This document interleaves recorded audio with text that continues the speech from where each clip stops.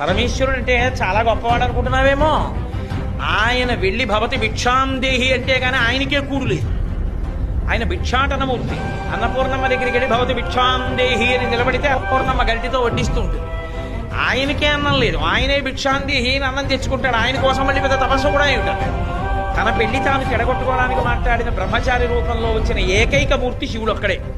పరమేశ్వరుడు చేతకానివాడై వెళ్ళి ఆవిడ దగ్గర భిక్షాటన చేయలేదు.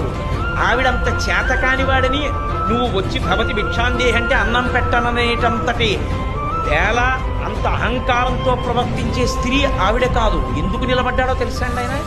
పరమశివుడు ఎందుకు నిలబడతాడో తెలుసా? ఆది భిక్షువు అని. లోకంలో ఎప్పుడు ఎక్కడ ఎవరికి ఏది కావాలన్నా కదలికలన్నీ ఆవిడే ఇవ్వాలి.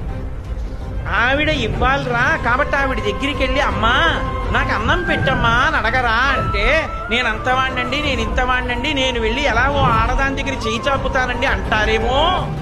ఒరే, లోకములన్నిటినీ సృజించి పెంచి చెట్ట చివర నాలో లయం చేసుకోగలిగిన నేనే వెళ్ళి ఆవిడ దగ్గర నిలబడ్డాను, ఇక నీకేమో అవమానం నిలబడ్డానికి అని అందరినీ ఆవిడ దగ్గరికి పంపి ఆవిడ అనుగ్రహం కలిగింప చెయ్యాలని ఆయన నిలబడ్డాడు. చేతకానివాడై కాదు. అందుకు ఆది భిక్షు